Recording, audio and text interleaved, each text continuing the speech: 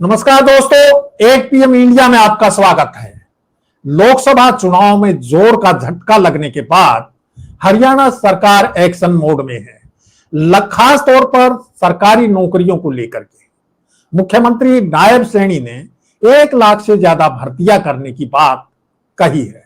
जाहिर है, बेरोजगारी के मुद्दे पर संवेदनहीन बनी रही बीजेपी सरकार की ये सारी कवायद करीब 4 महीने बाद होने वाले विधानसभा चुनाव को लेकर है। पिछले शुक्रवार को HCS एलाइड के चयनित उम्मीदवारों की सूची HPSC ने जारी की है। इसको लेकर भी सवाल उठ रहे हैं। प्रदेश में बेरोजगारी की स्थिति, खाली पड़े सरकारी पद और उन पर नियुक्तियों को लेकर उठने वाले सवालों पर चर्चा के लिए हमारे साथ मौजूद हैं प्रसिद्ध सर्विस एक्टिविस्ट राजीव वत्स। राजीव, 8 PM इंडिया के मंच पर आपका स्वागत है।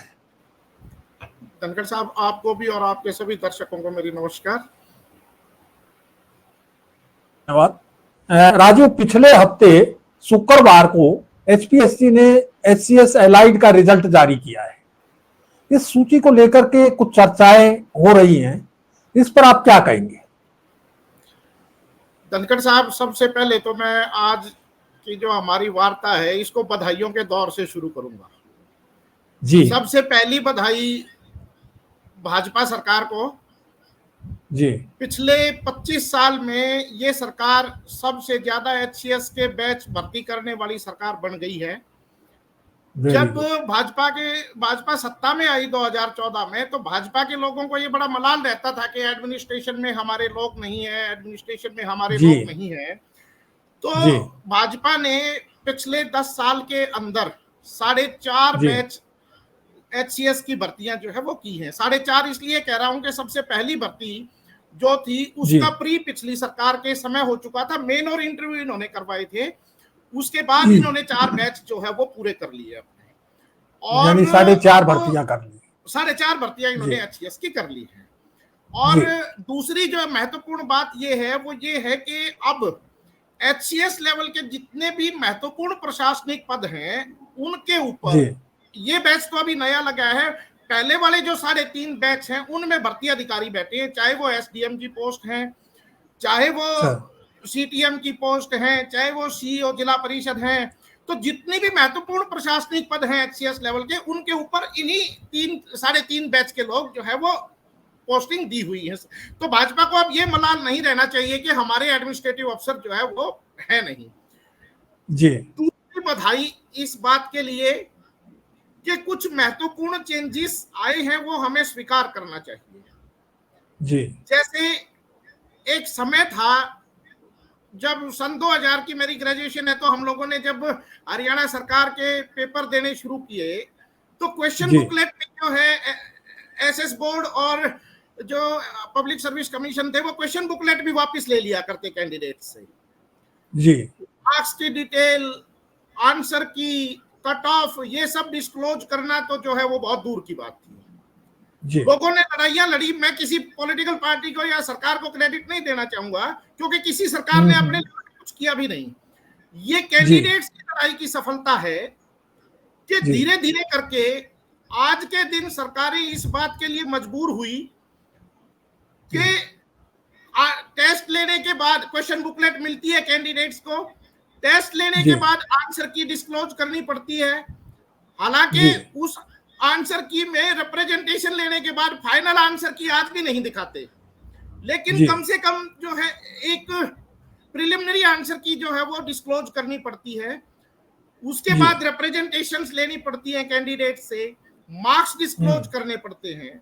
HCS के अंदर जो है एक अच्छा बदलाव जो है वो ये आया है कि जिस दिन कैंडिडेट आखिरी इंटरव्यू दे के निकलते हैं, लास्ट कैंडिडेट, उसी दिन शाम को, पिछले 2 बैच से ये प्रैक्टिस जो है वो शुरू हुई है, उसी दिन शाम को मार्क्स, डिटेल्ड मार्क्स जो है अपलोड कर दिए जाते हैं जितने कैंडिडेट इंटरव्यू में पार्टिसिपेट किए जाते हैं। ये एक अच्छी प्रैक्टिस है और इसके लिए हमें HPSC को बधाई देनी चाहिए। थोड़ी पारदर्शिता आती है, कुछ दिखती है, पारदर्शिता दिखती है, आती है या नहीं आती उसका अभी वो करेंगे। असल में हुआ क्या था, 2014 में एक केस डला, Vikas Sharma versus state of Haryana, CWP थी 2201। तो उसमें जो है वो बेसिकली आरटीआई डिस्क्लोजर को लेकर थी। सिलेक्शन की जो डिटेल्स है, मार्क्स की, कैटेगरी की, कैंडिडेट नाम की, उसको लेकर आरटीआई इंफॉर्मेशन मांगी थी एप्लीकेंट ने, उसको नहीं दी गई तो वो कोर्ट गया था। तो कोर्ट ने जजमेंट दिया था कि विद इन रीजनेबल टाइम जितने भी रिक्रूटमेंट एजेंसीज हैं स्टेट की, वो सभी टोटल डिटेल जो है रिजल्ट की वो अपलोड करेंगी अपनी वेबसाइट पे। उसके बाद ये लोग अपील में गए, लेकिन अपील एक्सेप्ट इनकी हुई नहीं, तो इनको मजबूरन सारी सिलेक्शन जो एजेंसीज थी उनको एक्सेप्ट करना पड़ा। फिर कुछ इस सरकार ने आने के बाद, जैसे मेरे से रिफॉर्म बनवाए थे और इनके लोगों ने भी बनाए होंगे, तो ये सारा काम जो है इन्होंने किया है, उसके लिए मैं इनको बधाई देता हूं। और कुछ चीजें इसमें सुधरी हैं, इसमें कोई दो राय नहीं है कि सुधार आया है लगातार, और सुधार एक सतत प्रक्रिया है, वो चलती रहनी चाहिए, मेरा ये मानना है। अब इस पर्टिकुलर रिजल्ट पे आते हैं। हाँ। पहली बात, प्री में जो है वो कैंडिडेट पास हुए 1400 से ऊपर, 1470 के आसपास कैंडिडेट प्रीलिमिनरी एग्जाम में पास हुए थे। जी। क्योंकि 121 पद थे और उनके प्रोपोर्शनेट जो है मिनिमम 12 गुना जो है इन लोगों ने जो है वो प्री में पास करवाने होते, तो वो पास करवाए गए थे। जी। इंटरव्यू तक पहुंचे 275 कैंडिडेट। जी। 121 का 2.5 गुना जो है वो बुलाना था इंटरव्यू में। तो जितना जो 2.5 गुना 3 गुना 2.5 गुना रिक्वायरमेंट था, लगभग उतना भी पूरा नहीं हुआ। उसमें से सबसे बड़ी जो गाज गिरी, वो गिरी रिजर्व कैटेगरीज के ऊपर। अच्छा। रिजर्व कैटेगरीज के में एससी के 31 पद थे, एग्जीक्यूटिव और एलाइड मिलाकर। जी। इंटरव्यू के लिए कॉल किए गए मात्र 23 कैंडिडेट। अच्छा। कॉल कितने होने चाहिए थे? 2.5 गुना मानेंगे तो लगभग जो है 75-80 कैंडिडेट जो है वो कॉल होने थे इंटरव्यू के लिए। जी। प्री में तो पास थे। अच्छा। जब आपने 15 गुना कैंडिडेट, 12 गुना कैंडिडेट पास करवाए हैं, तो वहां तो पास थे, यानी कि आपने मेंस एग्जाम में सारे के सारे कैंडिडेट निपटा डाले। मात्र 23 कैंडिडेट 31 पदों के अगेंस्ट इंटरव्यू तक पहुंच पाए, एससी कैटेगरी। जी। जी। फिर उसके बाद बीसीए कैटेगरी, अच्छा, 19 पद थे। इंटरव्यू के लिए मात्र 17 जो है कैंडिडेट को इनवाइट करे गए। मेंस में पास ही इतने दिखाए गए थे, बाकी सब मेन में फेल। जी। उसके बाद बीसीबी कैटेगरी, 7 पद थे। 2.5 गुना भी आप करेंगे तो 18 कैंडिडेट को कॉल किया जाना चाहिए था। इंटरव्यू के लिए कॉल किए गए 14 कैंडिडेट। अच्छा। तो इसका मतलब ये हुआ, जहां भी 4, टोटल पोस्ट से 4 कम, और 3 गुना से तो आप सोच सकते हो कि जो है लगभग 64 कैंडिडेट कम है। जी। 60 कैंडिडेट, क्योंकि बुलाई तो 2.5 गुना से 3 गुना जाने थे ना इंटरव्यू के लिए। तो बिल्कुल। अब ये क्यों फेल हुए? क्योंकि पास होने की कुछ कंडीशंस हैं। एग्रीगेट 45% हिंदी और इंग्लिश में पास होने चाहिए। तो 1450 कैंडिडेट्स में से, लगभग 1450 कैंडिडेट्स में से 1200 कैंडिडेट्स की आपने कंडीशन पूरी नहीं होने जी सब्जेक्टिव पेपर में। अच्छा। अब मार्किंग का पैटर्न मैं आपको दिखाता हूं क्या है इसमें। जो 3 पेपर इसमें कंपलसरी है। जनरल स्टडीज 200 नंबर, हिंदी और इंग्लिश 100 नंबर, जी, ये 400 नंबर हो गए। इनमें से जो जनरल स्टडीज में मार्किंग का पैटर्न आपको दिखाता है कि आपने मैक्सिमम कैंडिडेट को 65 से लेकर 75 नंबर के बीच में डाला हुआ है, जी, यानी कि 33% से लेकर 40% तक में सारे कैंडिडेट आपने जो है वो रख रखे हैं, जी। यही हाल जो है आप देखेंगे कि एक एवरेज स्कोर 50 के आसपास का एवरेज स्कोर हिंदी में बनता है और 55 के आसपास का एवरेज स्कोर इंग्लिश में बनता है, जी। यानी कि जो पेपर सबके लिए कॉमन थे ना, उसमें मार्क्स की रेंज आपने लगभग खत्म की हुई है, जी। और इंटरव्यू डिसाइड करता, जो इंटरव्यू में कौन पहुंचेगा, मेंस किसका पास होगा, ये डिसाइड करता है ऑप्शनल सब्जेक्ट 200 नंबर का जो है जी, वो सबका अलग अलग है। अच्छा, मतलब कोई कुछ ले रहा है, जो इनकी जो सब्जेक्ट की लिस्ट है उसमें से 20-22 जो सब्जेक्ट है उसमें से अलग अलग कैंडिडेट ले रहे हैं। कुछ हाँ ऑप्शनल है, मर्जी के हिसाब से लेना है। हाँ, कुछ जो है सब्जेक्ट्स में ठोक के मार्क्स दिए गए हैं, कुछ में जो है 100 तक भी नहीं पहुंचने दिए गए 100 में से जी। यहां होता है खेल। अच्छा, जो कहते हैं ना कि मैनिपुलेशंस नहीं होती, वो मैनिपुलेशन का रास्ता यहां से है। हम लोग एचपीएससी के अगेंस्ट सुप्रीम कोर्ट तक जा चुके हैं ये मांग लेकर कि जैसे यूपीएससी मेंस एग्जामिनेशन में स्केलिंग करता है, आप लोगों को भी स्केलिंग करनी चाहिए, लेकिन एचपीएससी नहीं मानता। कारण उसका यही है कि जो असली जो मार्किंग का जो खेल होता है वो मेंस के ऑप्शनल में होता है। मैं आपको जो है अब इस रिजल्ट के कुछ एक जो है कुछ एक टॉपर्स के वो बताता हूं रिजल्ट आपको। एक कैंडिडेट है, उसका टोटल स्कोर बनता है 396। अच्छा, 600 में से 675 में से 600 की जो है theory, 200 plus 100 plus 100 plus 200 plus 75 का इंटरव्यू, उसका टोटल स्कोर बनता है 396। उसमें से जीएस का उसका स्कोर है 77.5 नंबर। अच्छा। 200 में से, यानी कि 39% से भी नीचे जी। उसका हिंदी का स्कोर है 48 मार्क्स जी 100 में से। इंग्लिश का स्कोर है 50.5 मार्क्स जी। और ऑप्शनल का स्कोर है उसका 171, 171 नंबर 200 में से। अच्छा, यहाँ नंबर अप हो गए एकदम। यहाँ नंबर इतने दे दिए कि वो कैंडिडेट टॉपर्स में आ गया जी। एक और कैंडिडेट है, उसका जीएस का स्कोर है 84.5, यानी कि 42%। हिंदी में मार्क्स है 48। मैंने बताया ना कि हिंदी में जो एवरेज स्कोर है वो 50 के आसपास का है। ये टॉपर्स के मार्क्स बता रहा हूं मैं। हिंदी में स्कोर है 48 मार्क्स, जीएस में 42%, 84.5, इंग्लिश में 62, ऑप्शनल में दे दिए गए 400 में से 157.5, यानी कि 80% जी। एक और कैंडिडेट के मार्क्स आपको मैं बताता हूं।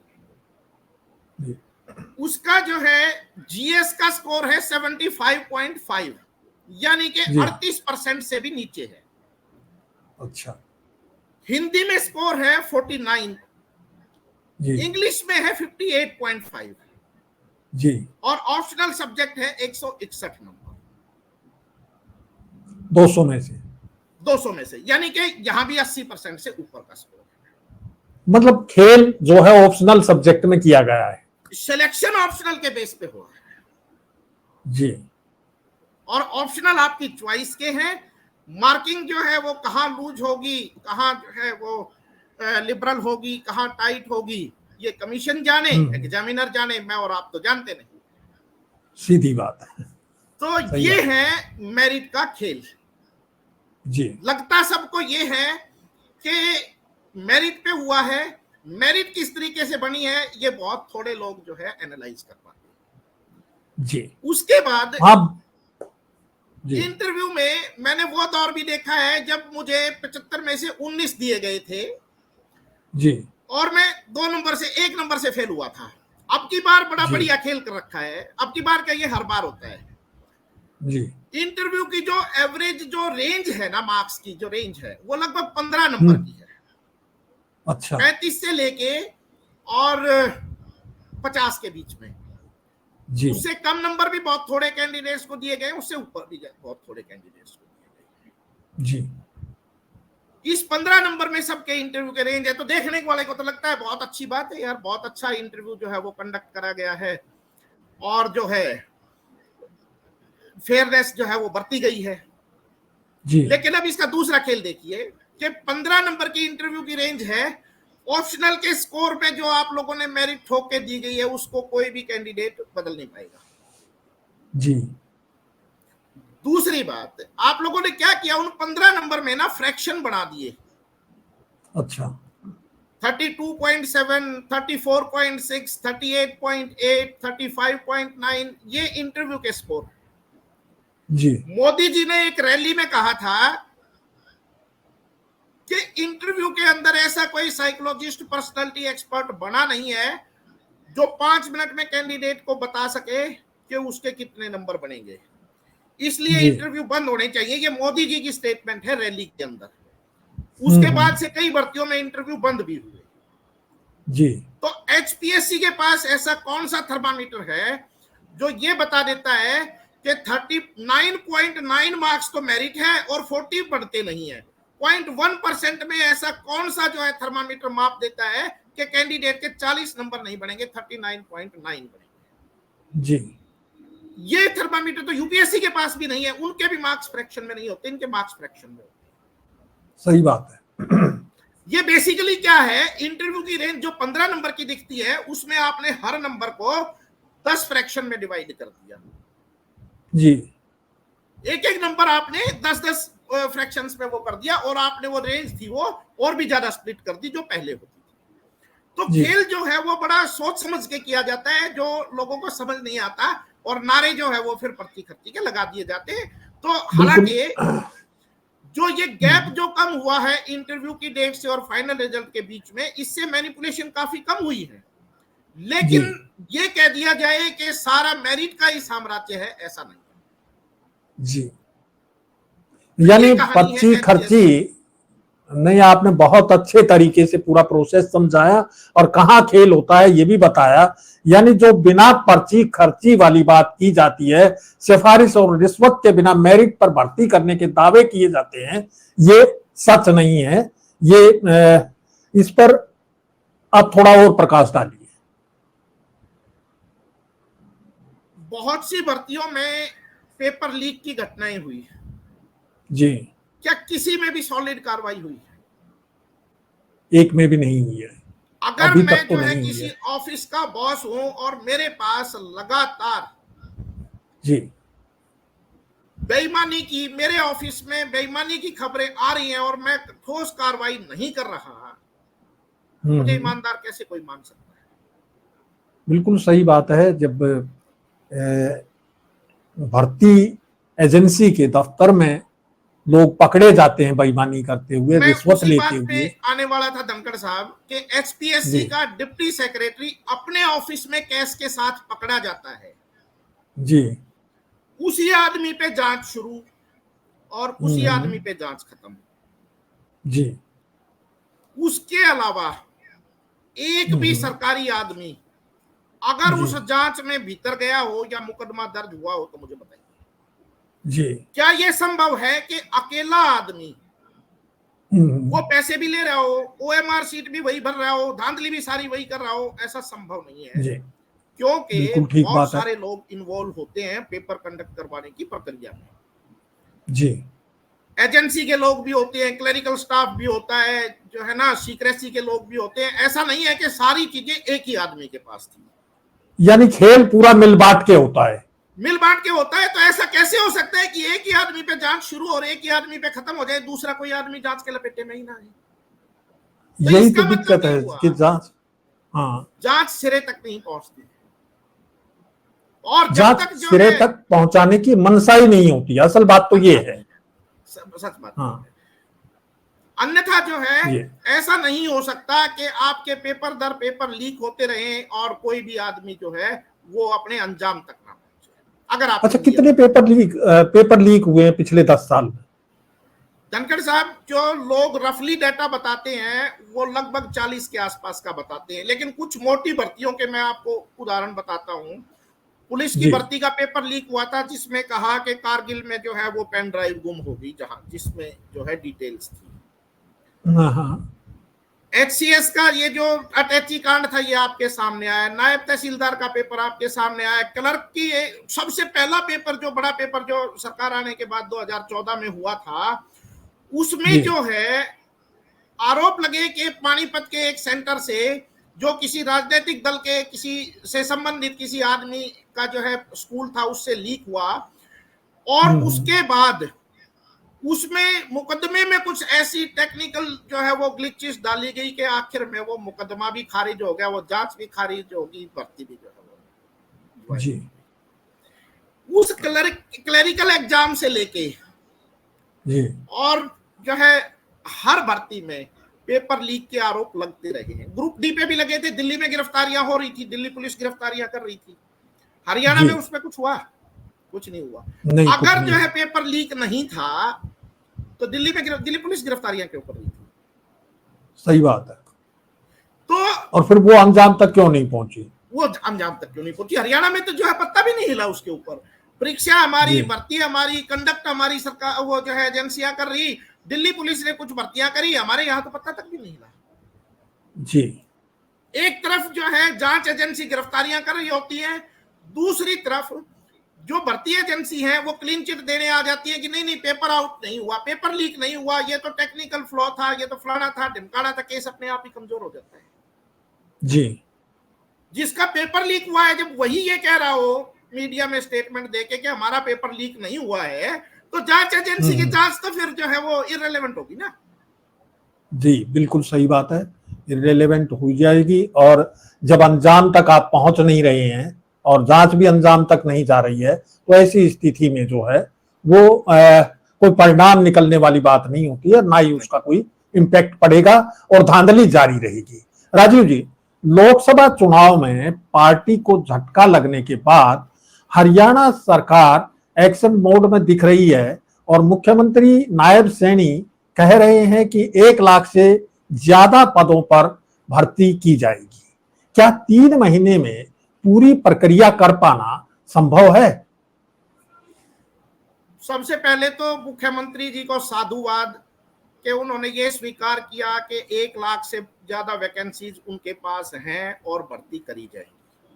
1,60,000 दोनों ही बातों के लिए साधुवाद दूंगा कि वो भर्ती करने की बात भी कर रहे हैं और वैकेंसी भी बता रहे हैं कि उनके पास 1 लाख से ज्यादा है।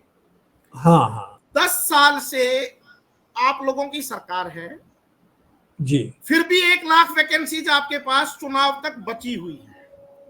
मूल सवाल तो यही है। तो मुख्य सवाल तो ये है कि आप लोग 10 साल कर क्या रहे थे? जी, सही बात। बच्चे बेरोजगार घूम रहे हैं। धनखड़ साहब, मैं जो है एक एकेडमिशियन हूं, एक भी बेरोजगार बच्चा मुझे पीड़ा देता है कि उसके पास डिग्री है, एलिजिबिलिटी है, बट रोजगार नहीं है। जी।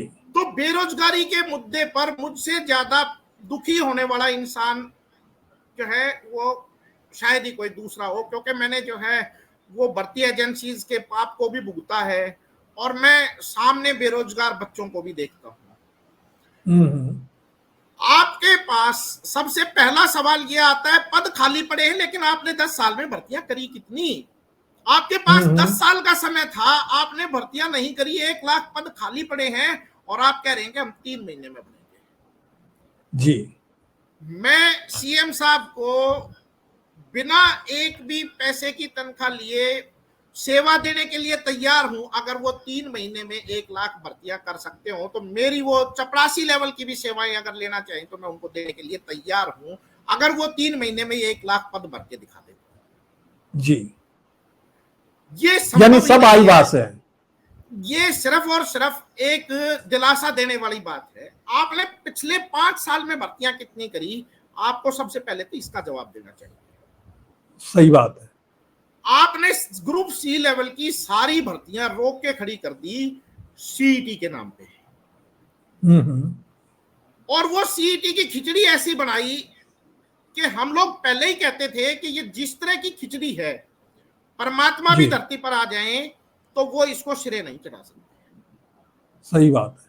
क्योंकि आपने उसमें जो ग्रुपिंग करी, उस ग्रुपिंग का कोई लॉजिक ही नहीं था। जी, आप उसमें आईटीआई की भर्तियां भी, लेवल की भर्तियां भी उसमें जोड़ रहे हो, वीएलडीए की भर्ती भी उसमें जोड़ दी, लाइनमैन की भर्ती भी उसमें जोड़ दी आपने। उसमें टेक्निकल नॉन टेक्निकल सब उसमें शामिल कर दिया। कुछ उसमें मेडिकोज को भी ठोक दिया आपने, जो मेडिकल उसमें जो है सेक्टर में जो हाँ, अलग अलग स्पेसिफिक हैं और जो स्पेशलाइज्ड भर्तियां होनी चाहिए थी उनको भी उनमें शामिल कर दिया। 5 साल जो तक कि आप सारी भर्तियों को रोक के कहते रहे हम सीईटी से भर्ती करेंगे, और आपने 2019 से लेके 2022 तक ले आए आप खींच खाच के। जी नवंबर 2022 में आपको सीईटी कंडक्ट करना जो है वो याद आया, वो भी कौन सा, इस खिचड़ी का। और जिस दिन आपका सीईटी आप कंडक्ट कर रहे थे, पैटर्न आपके पास उस दिन भी डिसाइडेड नहीं था।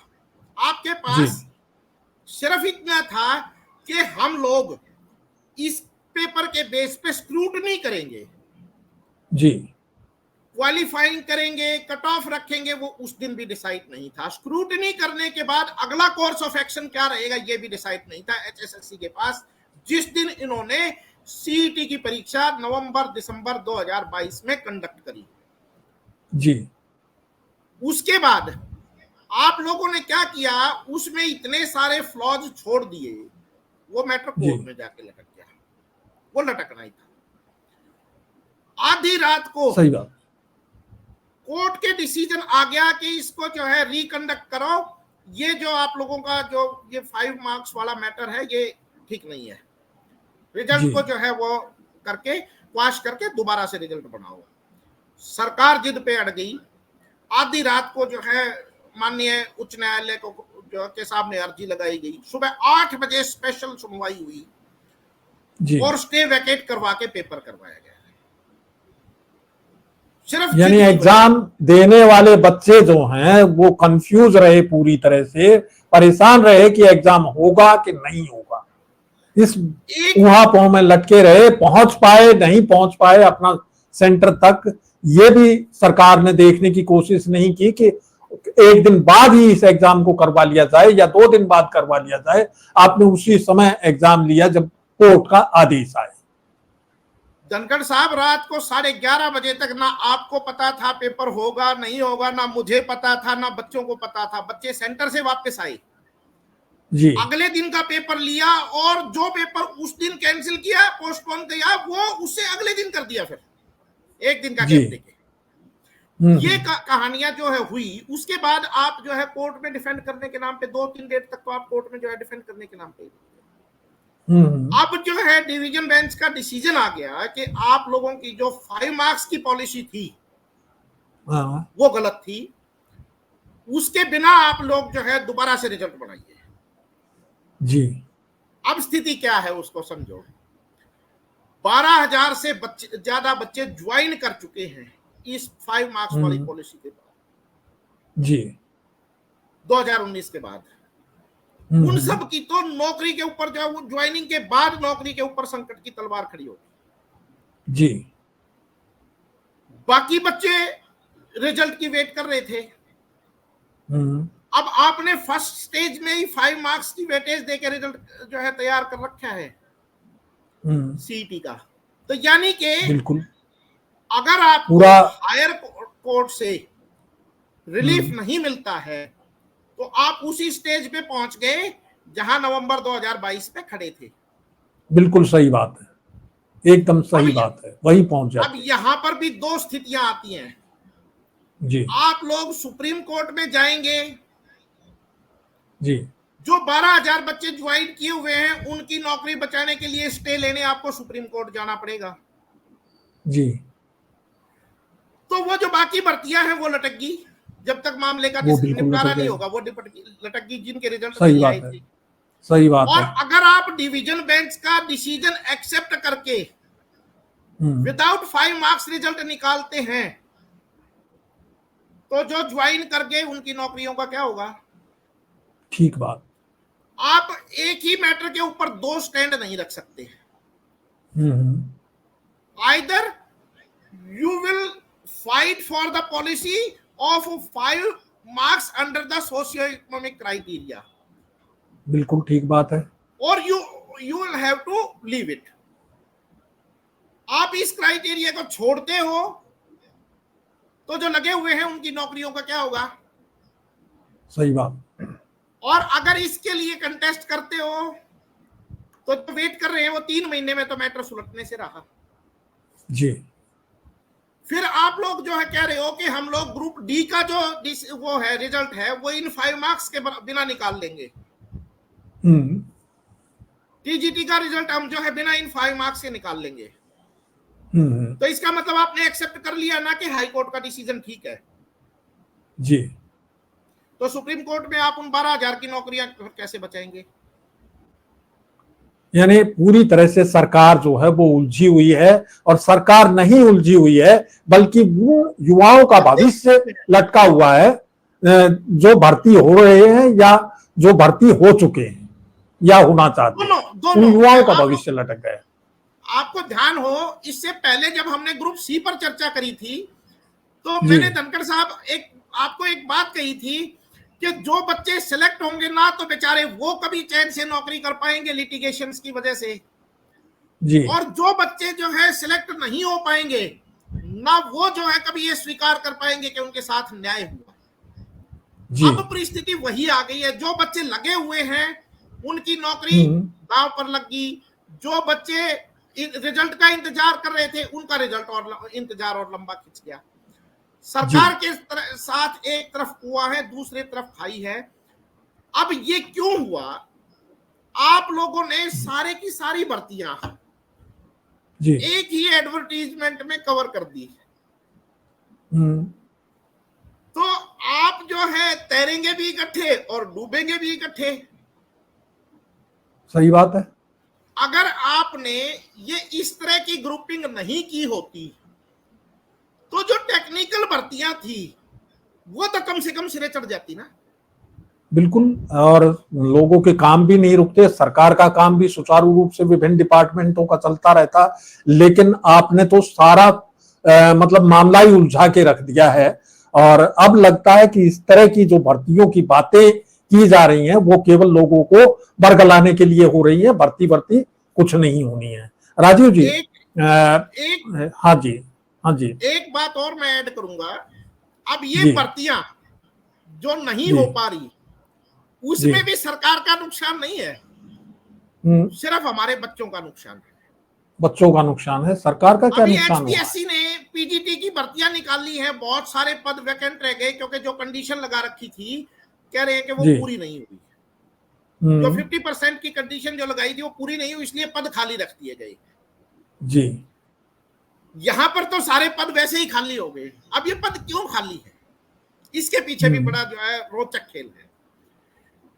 अब मैन पावर तो चाहिए, बिल्कुल तो चाहिए, और जाएंगे भरे कहां से? कौशल निगम से भरेंगे, कौशल विकास से भरेंगे। बिल्कुल, हाँ। एक वही खेल हो रहा है। जो है ना, जो मेरिट की बाइंडिंग जो आपने खुद ही बता रखी है कि हम मेरिट से करते हैं, एक तरफ तो वो खत्म कौशल निगम से और रिजर्वेशन भी खत्म, तनख्वाह भी बिल्कुल, तनख्वाह आधे से भी कम, जो भर्ती की जो प्रक्रियाएं थी उनसे छूट, अपने लोगों को अपने तरीके से बैठाइए। ज्वाइंट डायरेक्टर तक के पद कौशल रोजगार निगम से भरे जा रहे हैं, ये बैकडोर एंट्री है। गजब, यानी सरकार जो है वो पूरी तरह से लोगों को धोखा देने की कोशिश कर रही है भर्तियों के नाम पे, यानी सही भर्ती करने का कोई मतलब नहीं रह गया है। वो कौशल विकास निगम के तहत जो भर्तियां हो रही हैं उनका भी कोई औचित्य नहीं है, केवल अपने लोगों को किसी तरीके से बैठाना है। यही कहना है ना राजीव जी? यही धनखड़ साहब, हरियाणा के अंदर सबसे बड़ा मुद्दा नौकरियों का होता है। हमारे यहाँ जो है नौकरी के लिए जो चार्म होता है बच्चों का वो अलग ही होता है। सरकार भर्तियां करे, सारा स्टेट उनके साथ है, लेकिन भर्तियां होंगी नहीं 3 महीने में। ये जो कहा जा रहा है ये किसी भी हाल में जो है वो संभव नहीं है, और ये सिर्फ और सिर्फ एक दिलासा है। राजीव जी, आपने सरकारी भर्तियों को लेकर के जो ढोल पीटा जा रहा है उन तथ्यों के साथ उस ढोल की पोल खोल दी है, इसके लिए आपका बहुत बहुत धन्यवाद। जाहिर है सरकार का मकसद सरकारी नौकरियों की रेवड़ियां दिखाकर जनता को लुभाना है, ताकि चुनाव में वोट मिल सके। और जिस दिन हरियाणा में सरकारी नौकरियां मेरिट पर लगने लगेंगी और पोस्टिंग ट्रांसफर की नीति पारदर्शी हो जाएगी, उस दिन राजनीतिक पार्टियों के दफ्तर सुनसान हो जाएंगे और प्रदेश खुशहाल बन जाएगा। इसलिए हे मतदाताओं, लोकतंत्र के भाग्य प्रहरियों, जागिए और अपने वोट के जरिए अच्छी सरकार बनाइए जो आपके लिए सुविधाएं जुटा सके, ना कि आपके रास्ते में कीले बिछाए। आपको हमारा यह एपिसोड कैसा लगा, इस बारे में अपनी राय जरूर दें। जल्द फिर हाजिर होंगे नए मुद्दे और सवालों के साथ। नमस्कार।